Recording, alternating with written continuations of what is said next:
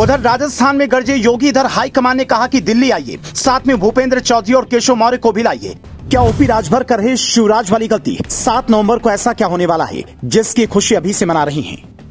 MP, Chhattisgarh, Rajasthan छोड़कर अभी वाराणसी को जा रही हैं मोदी। मां गंगा की शरण में जाकर बड़ा ऐलान करेंगे। राजस्थान चुनाव में सीएम योगी ने ऐसी शानदार एंट्री मारी है कि गहलोत के चेहरे की हवाइयां उड़ गई हैं। योगी ने उन मुद्दों को हवा दी जिससे गहलोत बचने की कोशिश कर रहे थे। उधर राजस्थान में जब योगी गरज रहे थे, दिल्ली से ऐसी खबर आई कि बड़े बड़े राजनीतिक दिग्गज सोचने लगे कि अब क्या होने वाला है। दरअसल हाईकमान ने सीएम योगी, केशव प्रसाद मौर्य और भूपेंद्र चौधरी को दिल्ली बुलाया है, जिसमें 5 बड़ी बातों पर चर्चा हो सकती है, जिसके बारे में बताएं उससे पहले सीएम योगी की दहाड़ सुन लीजिए। राजस्थान में कांग्रेस की सरकार तो हिंदू विरोधी है, पेशेवर गुंडा और अपराधियों को प्रश्रय देती है।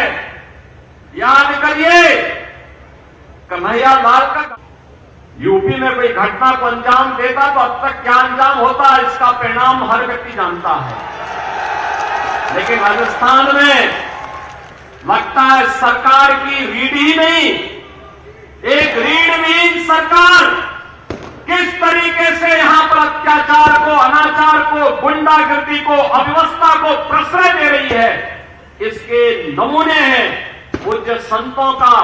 जिस तरीके से पूज्य संतों के आश्रम पर यहां पर हमले किए गए सरकार के संरक्षण में, वहां पर उन्हें पालित किया गया। जिस तरीके से बेटियों के साथ जो व्यवहार यहां पर हुआ, ये क्या दिखाता है?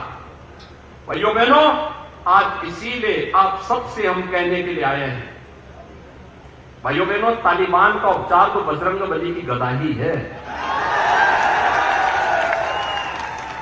योगी ने ये बातें राजस्थान के तिजारा विधानसभा क्षेत्र में कही हैं, जहां से बीजेपी ने बाबा बालकनाथ को उम्मीदवार बनाया है, जिन्हें जनता राजस्थान का योगी समझ रही है। जिसका मतलब साफ है कि राजस्थान के रण में बीजेपी के पास एक नहीं बल्कि 2 योगी हैं। पर राजस्थान में क्या होगा वो चुनाव के बाद ही पता चलेगा। फिलहाल ये जानकारी सामने आई कि योगी दिल्ली के दौरे पर पहुंचकर अमित शाह और जेपी नड्डा से मुलाकात करने वाले हैं और यहाँ 3 बड़ी बातों पर चर्चा होने वाली है। पहला, लोकसभा चुनाव 2024 को लेकर कैसे रणनीति बनानी है, मिशन 75+ कैसे पूरा होगा, इस पर चर्चा होगी। दूसरा, अखिलेश यादव की पीडीए यानी कि पिछड़ा दलित और अल्पसंख्यक यात्रा का जवाब किस रणनीति के साथ दी। तीसरा, प्रधानमंत्री नरेंद्र मोदी इसी महीने वाराणसी के दौरे पर जाने वाले हैं, ऐसे में उनके दौरे के लिए क्या प्लानिंग हो। चौथा, जैसे एमपी में कई मंत्रियों को विधानसभा चुनाव लड़वाया गया, क्या यूपी के कुछ मंत्रियों को 2024 का टिकट मिलेगा। पांचवा, यूपी में मंत्रिमंडल का विस्तार कब हो और किन किन नए मंत्रियों की एंट्री करवाई जाए। राजभर बड़े दावेदार हैं, लेकिन ओपी राजभर अभी से ही मध्य प्रदेश के मुख्यमंत्री शिवराज सिंह चौहान वाली गलती कर रहे हैं। दरअसल मीडिया में कुछ दिनों पहले ऐसी खबरें आई थी